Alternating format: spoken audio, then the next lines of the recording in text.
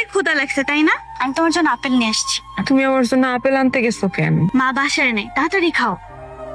কি আশ্চর্য, এত দামি ফল এই নষ্টা মহিলার জন্য? এত দরদ আসে কোত্থেকে তোমার? তুমি তার সাথে এরকম কেন করতেছো? সে তো আমাদের ফুপু, তার সাথে আমাদের রক্তের সম্পর্ক, সে তো কোনো কাজের লোক না। তুমি প্রতিদিন তার সাথে এমন খারাপ ব্যবহার কেন করো? তুই রক্তের টান শিখাস আমাকে? বেয়াদ্দব কোথাকার! এত দামি ফল তোমার মতো নষ্ট মেয়ের জন্য না। সরি ফুপু, আমার জন্য তোমার এতগুলি কথা শোনা লাগলো। তোমার জন্য না মা, এটা আমার প্রাপ্য। থাক ফুপু, তুমি মন খারাপ করো না। এই যে এটা আমাকে বাড়ি। রাইসা মামুনি কই, আম্মু কই, দেও দেও দেও, গাড়ি নিয়ে আইছি, তোমার নতুন আম্মারে নিয়ে আইছি। তোমার বৌমা রাইসা তোমার নতুন মামুনি নিয়ে আইছি। কি সুন্দর না? শোনো, আজকে থেকে তোমার এই নতুন মা তোমারে খাওয়াইবো, পড়াইবো, ঘুম পাড়াইবো, সব কিছু করবো, আদর যত্ন করবো। তুমি নতুন মারে মা ডাকো। না আমি মা ডাকবো না। ডাকো ডাকো, একবার ডাকো। ডাকবো না। দেখা তো পিচ্ছি মনে হয়, কিন্তু এত পুরো ধনে মরিচ যা লাগতেছে। নতুন মাকে তো রাগ করবো। ডাকবো না বলছি, ডাকবো না। আমার মা বলে ডাকবি না কেন? আমার মা বলে ডাকলে কি তোর মুখে ঠসকা? ও ছোট মানুষ, ওর একটু আদর যত্ন দিয়ে কথা বলতে হইব, রাগ করলে হইব।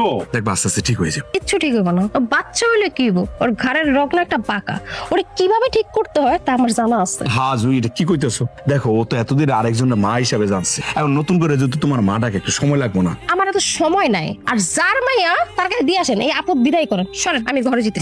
আপদ তুমি? আপদ আমার নাতি না। আইতে নাইতে শুরু আসল রং দেখানো শুরু করছে। এখন বুঝবি যে কত ধানে কত চায়। ভাবি, রাইসার ছাড়া আমি তো থাকতে পারতেছি না। আমার সব অন্ধকার লাগতেছে, আমার সব কিছু এলোমেলো লাগতেছে। আমার রাইসা মারে আমি একটু দেখতে চাই, ওরে একটু দেখার জন্য আমার পরানটা ছটফট করতেছে। ভাবি, আমি কি করব? আমি কি ওইখানে একটু চলে যাবো? আমার খুব ইচ্ছা করতেছে আমার মায়ের একটু জড়িয়ে ধরে আমি একটু কান্দি। কাহিনী করিস? সংসার ভাঙার আগে এই ছটপট কোথায় ছিল? আমি কি করলাম এটা? কেন করলাম আমি জানি না। আমি আমার সন্তানটারে রাইখা কেন চলে আসলাম? আমি নিজেই আমার নিজের জীবনটারে ধ্বংস করলাম। আমি কি করলাম? আমার মতো যেন এই ভুল আর কেউ না করি।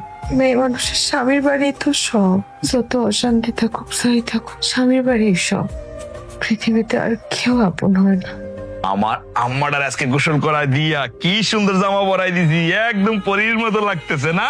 আমার নাতনি যেটা পরে এটা থেকে সুন্দর দেখায়। আবার একটু কাজ আছে, আবার একটু বিলে যাবো। ওই যে ক্ষেতের মধ্যে ওই যে লোকজন কাজ করতেছে, তো ঠিক মতো কাজ করতেছে কিনা একটু দেখতে হইবে। তুমি তোমার নতুন মার হাতে সুন্দর করে খাই নিবা, ঠিক আছে?